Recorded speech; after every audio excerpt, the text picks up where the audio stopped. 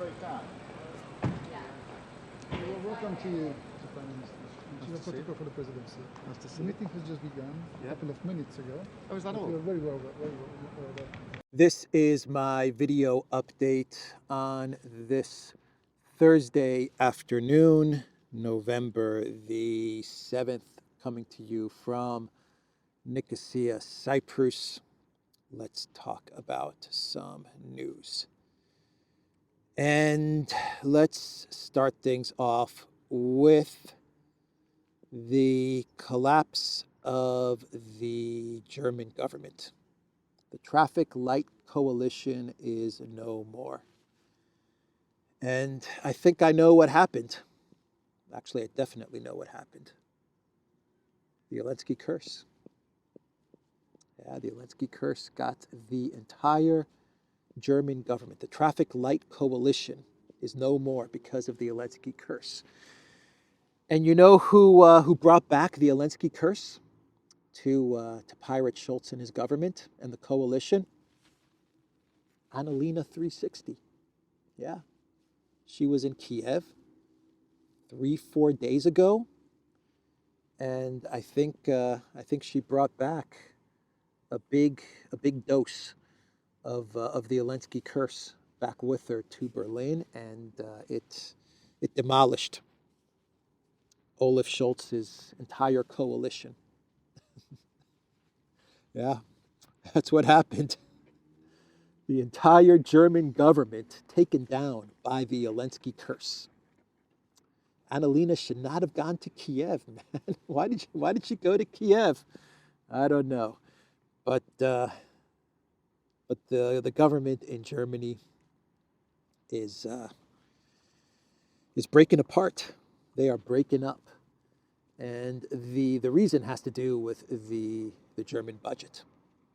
From what I understand, there's a big hole in the budget. And the Olaf Scholz government needs to present the budget to the parliament, I believe, in January 2025. And they're not in agreement. The coalition partners are not in agreement as to what to do with the budget and the economy. The finance minister, well, he was the finance minister until Olaf Scholz fired him, Christian Lindner, he had a policy paper with his ideas on what to do with the economy and the budget. And Lindner's recent policy paper leaked to the media last week. I wonder how it leaked. Calling for tax cuts and a scaling back of climate policies. In order to stimulate economic growth. The Greens are not going to like that. Both positions that put the party at odds with his coalition partners. Exactly. This is coming from Zero Hedge, by the way. Yeah, scaling back climate policies with the Greens, with Annalena and Robert Habeck. No, that's not going to fly with Annalena and Robert Habeck. And so the Greens, they wanted more spending on climate stuff. More spending on climate stuff, and you got to imagine more spending on Project Ukraine. That's just my guess. And Lindner is gone. Olaf Scholz decided it's time to fire Lindner, though I believe that this leak was in part Lindner's doing, because he understands that the German economy is a mess, that everything is going off the rails and falling apart, and he doesn't want to be a part of it, and his party doesn't want to be a part of it.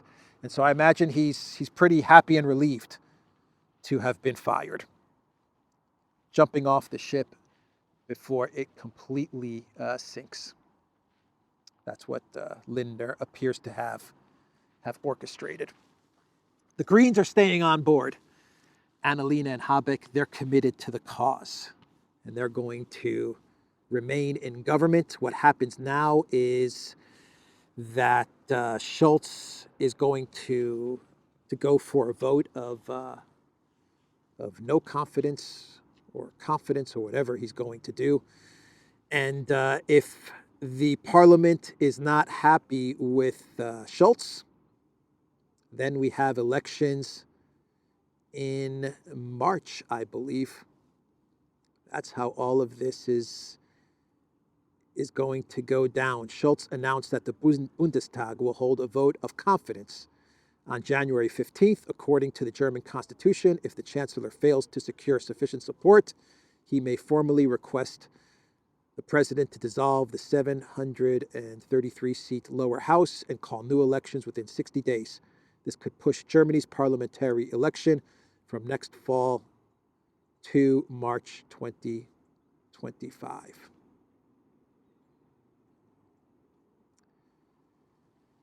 So Schultz said that he's going to try and reach out to Friedrich Merz of the Christian Democrats to offer him the opportunity to collaborate with his government to form a coalition with the CDU, adding that in light of the U.S. elections, this is perhaps more urgent than ever. That is what Schultz said. Lindner accused the chancellor of ignoring the real economic concerns of the German people. Olaf Scholz has long failed to recognize the need for a new economic awakening in our country. That is what the now fired Lindner said. And Scholz stated that, and I quote, all too often, Minister Lindner has blocked laws in an inappropriate manner, accusing Lindner of refusing to ease spending rules, which, among other things, would allow for more aid to Ukraine. It's all about Ukraine, man. Oh, boy. Ukraine is bringing down Germany in a big, big way. Wow, and they just can't stop. You know, Scholz, he's not a hostage. Pirate Scholz is not a hostage to the U.S. He's a hostage to the Greens. Habeck and Annalena, man, they've got Scholz by the you-know-what. They've got the pirate by the you-know-what. Yeah, he's a hostage to the Greens. And the Greens, what are they demanding? They're demanding spending on climate stuff, and they're demanding money for Project Ukraine. That is what the Green Party is all about. They are about money to climate causes, and money to war. Greens. Those are the Greens. Robert Habeck, who is the Vice Chancellor and Economy Minister, in a joint press conference with Annalena Baerbock, a joint press statement with Annalena 360, said, and I quote, I want to say for us that this feels wrong and not right, almost tragic on a day like this, when Germany must show unity and the ability to act in Europe. A day like this, I guess he's talking about the U.S. elections. And Annalena 360, she said, and I quote, this is not a good day for Germany and also not a good day for Europe. There you have it. Elensky cursed Germany. So we'll see what will happen in January with this vote of confidence. If they're not confident with the pirate, then maybe we're going to elections in March. Olaf Scholz, man. A hostage to Annalena and Habeck. So the Wall Street Journal, they put out an article talking about Trump's plan to resolve the war in Ukraine. The Wall Street Journal's article has the title, Trump promised to end the war in Ukraine. Now he must decide how.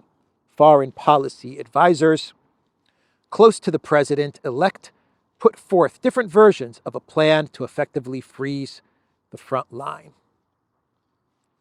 Got to freeze that front line, man. Freeze it. Freeze the front line. We've been down this road before. We've talked about freezes in the past, and Russia didn't like the idea of a freeze. Why would they? They're winning.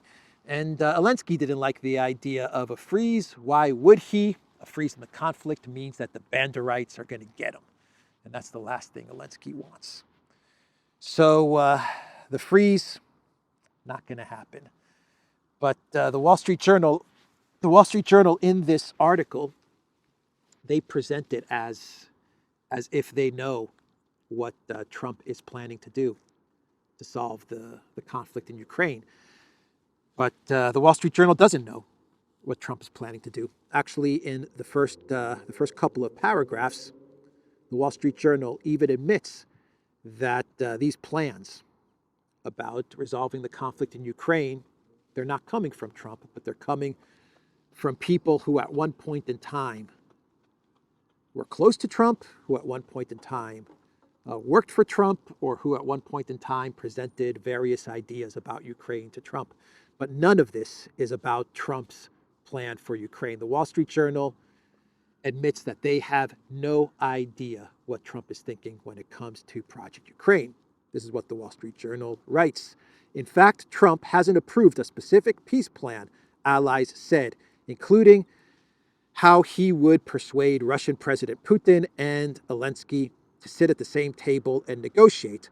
While advisors have offered ideas, only the president-elect, in consultation with key aides, will decide how to handle the sensitive and high-stakes diplomacy, they said. Anyone, no matter how senior in Trump's circle, who claims to have a different view or a more detailed window into his plans on Ukraine simply doesn't know what he or she is talking about, or doesn't understand that he makes his own calls on national security issues, many times in the moment, particularly on an issue as central as this, a former Trump National Security Council aide said. They have no idea. The Wall Street Journal has no idea what Trump is going to do with Ukraine. So the article talks about some various ideas and plans that some people once associated with Trump, or claim to have once been associated with Trump, some of their ideas as to how to resolve the conflict in Ukraine. And one of the ideas that the Wall Street Journal talks about, once again, this is not Trump's idea. This is just some guy or some girl's idea as to how to resolve Ukraine, who claims to have, at one point in time, worked with Trump or been part of Trump's team. One plan is to suspend Ukraine's NATO ambitions for 20 years, to create a demilitarized zone, an 800-mile demilitarized zone, with no U.S. troops. The demilitarized zone would consist of European troops, European military, and to continue to send money to Ukraine. U.S. weapons would continue to flow to Ukraine. And the conflict would be frozen where it currently is right now, at the line of contact. That's one of the ideas that someone has to end the conflict in Ukraine, not Trump's idea, and they've decided to share that with the Wall Street Journal. It's the equivalent of the Wall Street Journal interviewing me and me saying, I have an idea how to end the conflict in Ukraine. And I know someone who knows Trump. So, there we go.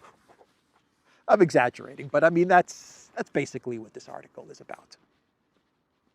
I'm not saying this may not be the plan, or certain parts of what the Wall Street Journal article is talking about may not end up being part of something that Trump floats out to Putin or Russia if we ever get there. But this is not official Trump. This is not official Trump, not even close. And if this was ever floated out to Putin, this idea, Ukraine not getting into NATO for 20 years, freezing the conflict at the line of contact while Russia is winning and winning big, creating a demilitarized zone which would be staffed by, which would have EU, European soldiers. Why would Russia go for that? Why would they go for that? And continuing to arm, continuing to send weapons to Ukraine. It's nonsense, man. It's a non-starter for Russia. A complete non-starter. They would laugh at a plan like this. I really think Putin would laugh if this was presented to him. Absolutely. Okay, 20 years, but after 20 years, you're in NATO. Great. It goes back to the plan that I was talking about. I forgot. I think it was the Financial Times But I talked about this in a video like 2-3 weeks ago, and it was a plan that Financial Times, Washington Post, I forgot who was talking about this, but it was the plan that said the way to resolve Project Ukraine is to just wait Putin out, just wait him out, 10 years, 20 years, eventually he'll be gone, and then we can put Ukraine into NATO. That's pretty much what this plan is saying. Let's just wait 10, 20 years. We'll tell Putin 10, 20 years, Ukraine doesn't get into NATO. When you're long gone, when you've retired, then we'll put Ukraine into NATO. But in the meantime, we'll keep weapons flowing. And we're going to create a demilitarized zone with much weaker soldiers from the European Union inside Ukraine. Are you cool with that, Putin? Get out of here. Get out of here, man. Nonsense. Nonsense, bro. Complete nonsense. What else is the Wall Street Journal saying in this article? Like in Trump's first term, different factions are set to compete to influence the Republicans' foreign policy. More traditionally minded allies, such as Mike Pompeo, the former Secretary of State, now in contention to lead the Pentagon, are likely to push for a settlement that doesn't appear to give a major win to Moscow. Other advisors, particularly Richard Grenell, a top candidate to lead the State Department or serve as national security advisor, could give priority to Trump's desire to end the war as soon as possible, even if it means forcing Kiev into significant concessions. Right? The competing factions of Pompeo and Grenell. There's that name again, Mike Pompeo. It's got me worried. It's got me worried. But you know what the Wall Street Journal is trying to do here? Here's what they're trying to do. They're trying to influence Trump to go along with this idea. That's what they're trying to do with this type of thinking, freezing the conflict and the demilitarized zone with a freeze and waiting out Putin. I have a feeling that the establishment, that their real plan to deal with Ukraine is about waiting out Putin. I have a feeling that that's what they've decided on. Russia's going to win. Russia is winning. They're going to win. Project Ukraine is going to collapse. It's going to be a major defeat, a catastrophe for us.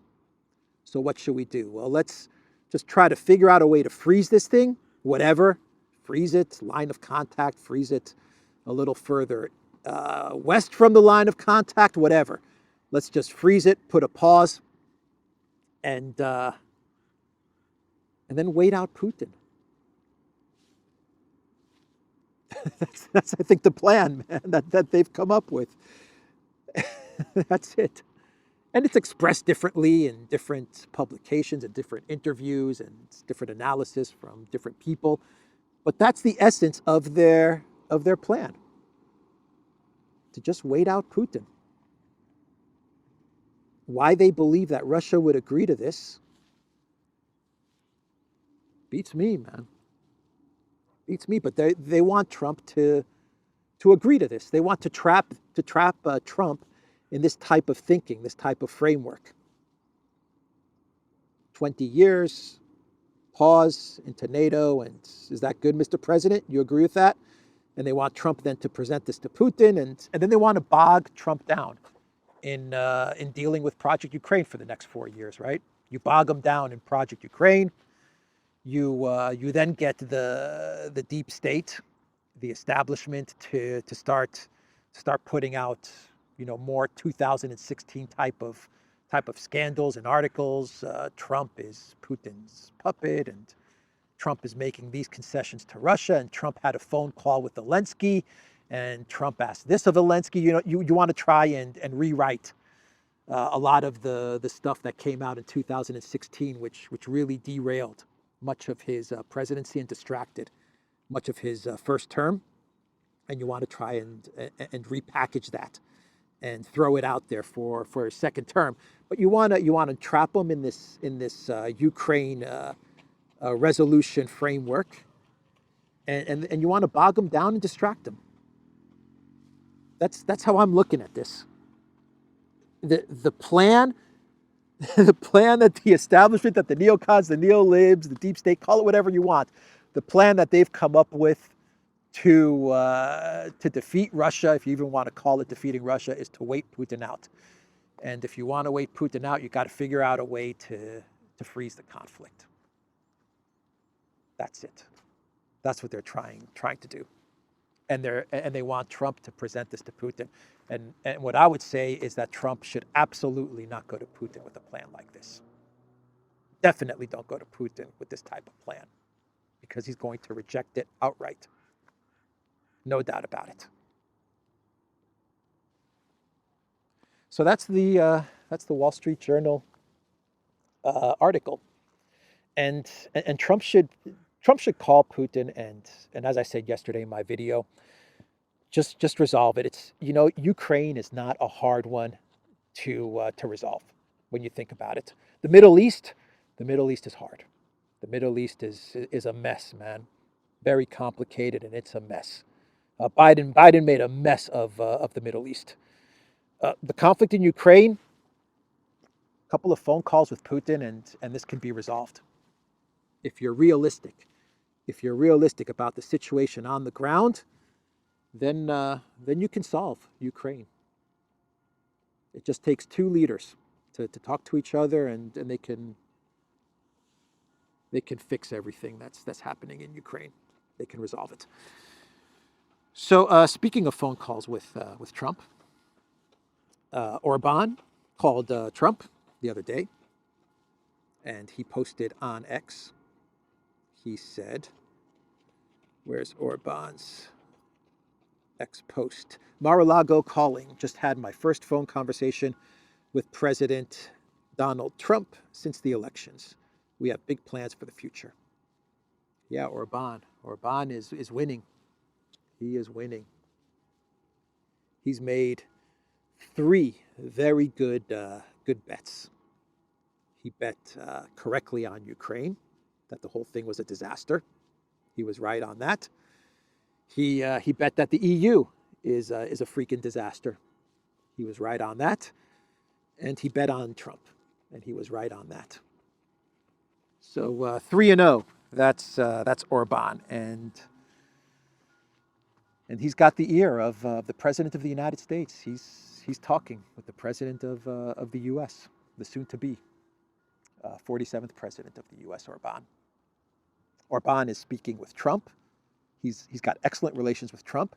He's speaking with China, and he's speaking with Russia. Orban's the man. And yesterday in my video update, I talked about how if there was one EU leader who would be able to, or who would weasel his way into Trump's good graces, it would be Emmanuel Macron. And sure enough, that is what has happened. Macron, the flip-flopper, he called up Trump and he kissed some Trump butt. And they talked about security issues and working together going forward in Trump's second term as president. And Macron, this is Macron, the flip-flopper. He's loving Trump now, but you have to be careful with Macron, because today he loves Trump, tomorrow he could turn on Trump. That's just the nature of Macron. But he called up Trump. And Elensky, I think, actually called up Trump. I believe Elensky did have a conversation with Trump. Now, Elensky, he posted the congratulations tweet, the X post, yesterday. The rumor is that Elensky didn't write that congratulations post on X. There are sources in Ukraine media, reputable sources, which claim that Elensky was so bummed out at Trump's victory that he was unable to compose a tweet, a post on X, and he had to get staffers to actually write that long congratulations to Trump. These are just rumors, but it sounds pretty spot on, if you ask me. But I believe Elensky did manage to wipe away those tears and calm himself down and pick up the phone and call Trump. I don't know what they said, but I imagine it went something along the line of of give me money, give me weapons. I'm pretty much sure that was a conversation. I mean, what else is Zelensky gonna talk about? Hey Trump, how you doing, bro? Got some money? Got some weapons? Maybe apartment at Trump Tower I can buy. Yeah, so Putin has not called Trump, at least not officially. Once again, there are rumors which claim that through third parties, Putin has sent his congratulations to Trump, not directly, but via other sources and methods. He managed to congratulate Trump on his victory, but we have had no official congratulations from the Russian president to the soon-to-be 47th U.S. president. Peskov was asked about Trump's win, and the Kremlin spokesman said, look, we're going to wait and see. We're going to wait until January and see what Trump does, what his policies are. Peskov said that during election campaigns, candidates, they say a lot of stuff that they don't mean, and a lot of stuff that they even may want to implement, but they will not be allowed to do. And so Peskov said, we're going to wait, and we'll see if any policies change. If there's a change in policy, that's a realistic change in policy, we're open to talk. We're open to talk and discuss. But Peskov also said that as far as the special military operation goes, Russia will complete the goals and the objectives of the special military operation. That was the Kremlin's response to Trump's win. There are reports that Bidenopolis, Greece's favorite son, he is looking to speed up money to Project Ukraine. $9 billion. Now, this money is not going to go to Ukraine right away. It's going to take many months for the money and the weapons that this money is going to purchase. It's going to take many months for this to get to the Elensky regime. Once Biden green lights this, he has it in the budget, in the Project Ukraine budget. And Trump, when he becomes president, when he's inaugurated, he can put a stop to these funds and the weapons that Biden wants to rush off to Ukraine. According to reports, Biden wants to leave Ukraine in the strongest possible position before he goes, before Bidenopolis, Professor Biden rides off into the sunset. Goodbye, Professor Bidenopolis. Yeah, $9 billion is what he wants to get to the Zelensky regime. All of the money that's left budgeted for Project Ukraine, he wants to fast track it to Zelensky, but Trump is going to be able to stop a lot of it if he wants to. That's the main question. If he wants to. I imagine a lot of the money is going to go to contracts, to MIC companies, for them to produce weapons. The article talking about Biden fast-tracking $9 billion even says that one of the options outside of producing weapons via contracts is for the military to actually dig into their stockpiles of weapons, but the U.S. military is dangerously low on some weapons, and this may not be the way to go. And so a lot of the stuff is just going to be contracted out, and it's going to have to be produced. And then eventually it might make its way to Ukraine. That will be Biden's final act as the man behind much of Project Ukraine.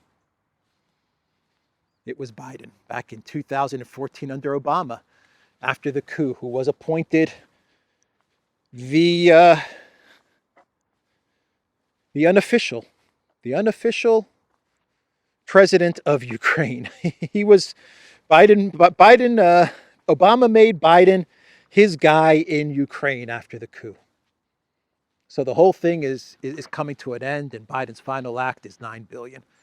$9 billion to MIC companies. And that's it. It's over. It is over. Professor Joe Biden, president of two different countries. President of the United States, kind of, and president of Ukraine, kind of. What else? I think we can do a clown world and wrap this video up. A lot of people are talking about Brian Hook. Brian Hook. You guys know that name? I'm not familiar with that name, to be quite honest. Now I am, but I wasn't before today. Brian Hook is being considered, rumor has it, these are just rumors, but he is being considered, according to the rumors, by Trump to head up the staffing of the State Department.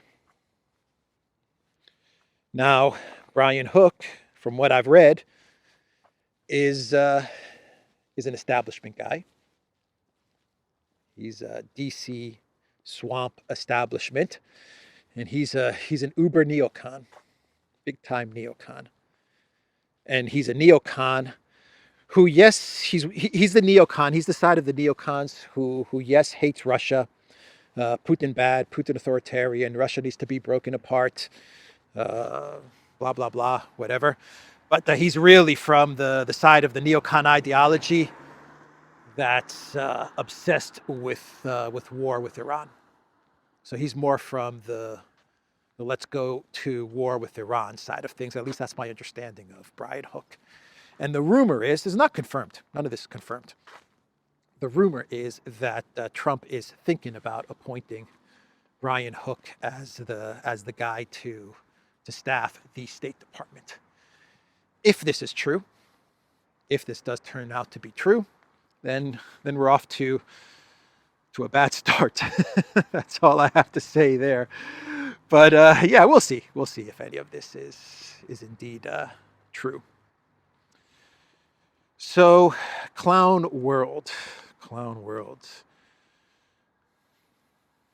Today's clown world is kind of a clown world. I don't know if this is a clown world. I think we've had a lot of clown worlds over the past couple of days. So this may not be a clown world, but the Democratic Party, they are blaming Biden for the election loss. That's right. According to Newsweek, why did Kamala lose? Blame Joe Biden and the Democratic Party. President Biden's refusal to step down and allow a primary in January of this year is why the Democrats lost.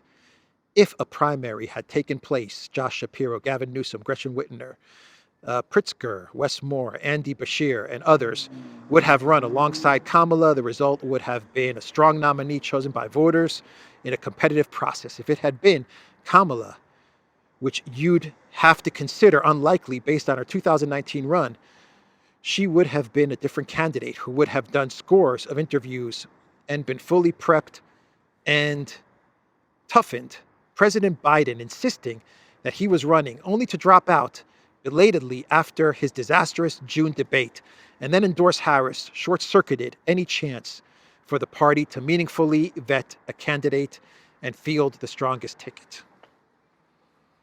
Yeah, they're blaming Biden. They're blaming Biden. Obama, Hillary, Pelosi, they're all blaming Biden. I like how they say that that Biden just decided to drop out. That's not how it happened. That's not how I remember it. That's not how I remember it at all. Biden one day said, "I'm done. I'm just going to drop out. Let me put a post on X saying that I'm not going to run for president." That's not what happened. Yeah, so Biden's getting the blame. I don't think Biden cares. I think Biden's done. He doesn't care. He got the result that he wanted, right? The evil genius. Here's a clown world. Elensky curse Kamala Harris. Elensky curse Christian Lindner, the finance minister who was fired by Olaf Scholz. How about that for 2 Elensky curses? That's the video, everybody. TheDuran.locals.com. We are on Rumble, Odyssey, BitChute, Telegram, Rockfin, and X. Go to the Duran shop, pick up some merch, like this hoodie that I am wearing today in this video. You will find a link to our shop in the description box down below. Take care.